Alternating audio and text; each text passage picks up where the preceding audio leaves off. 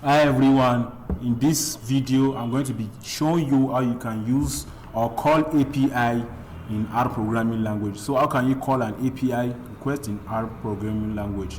So first of all, we need to know what an API is. So an API stands for Application Programming Interface.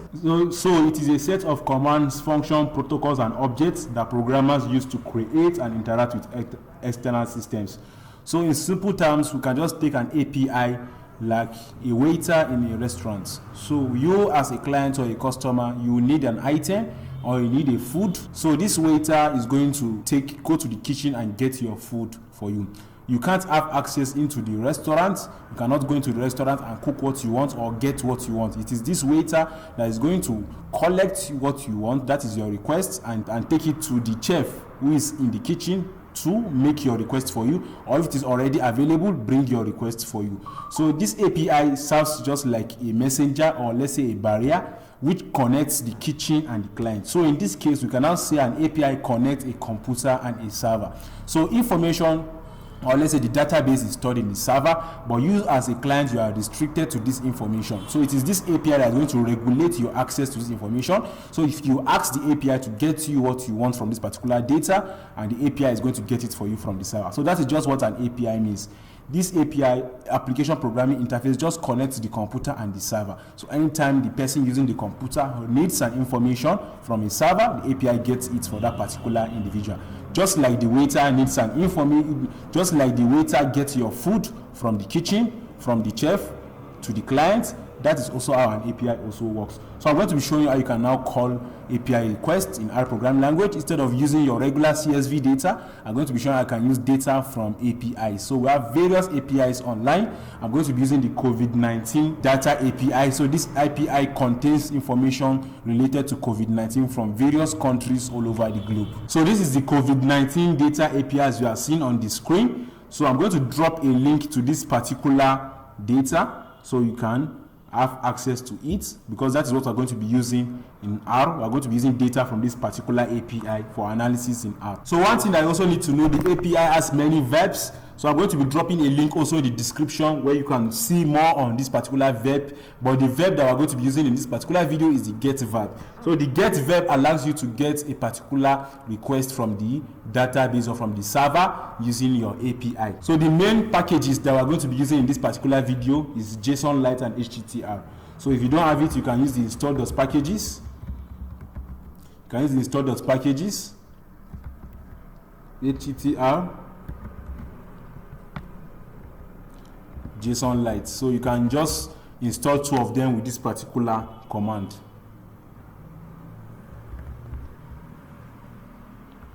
And after installing it, then you load it using the library HTTR, then also the JSON Lite. So the first thing that we are going to do, we are going to create a response. So we want to get a particular response from our database using the API. So I'm going to say response. So first of all, let me load these packages first. Response. Then I'll now say get. And I'm now going to put in the link of that particular API. So this is the link to the data we want the API to get for us. So when I run this now, you see that I'm going to have a variable called response. So this response is going to be storing what I requested from the API. So you can now see that I have now a variable called response. So if I call the response variable, you can see it is giving me some information. So this is the response from this particular link. You can see the link. Then from the particular API link, then you can see the date which this response was made. You can see the status 200, meaning that our response was successful or our request was successful. Then you can see the content type, it is in JSON format. And you can also see the size, it is 1.36 MB. So everything that we're interested in is stored in this particular response. But one thing is that we cannot actually use this particular data like this because it is stored in JSON format, which is JavaScript object notation. So JavaScript object notation is a type of data structures in which data is stored in API. So this data is stored in a JSON format and also transferred in this particular format. So let me just show you how a particular JSON format looks like. So let's say, for example, I have the name and age of students in a class. So I'm going to say name, then I can just say Mike, comma, then age. I can now say 15. So I can now go also to the next person. I can say name. I can say John, then age. I can now say 34.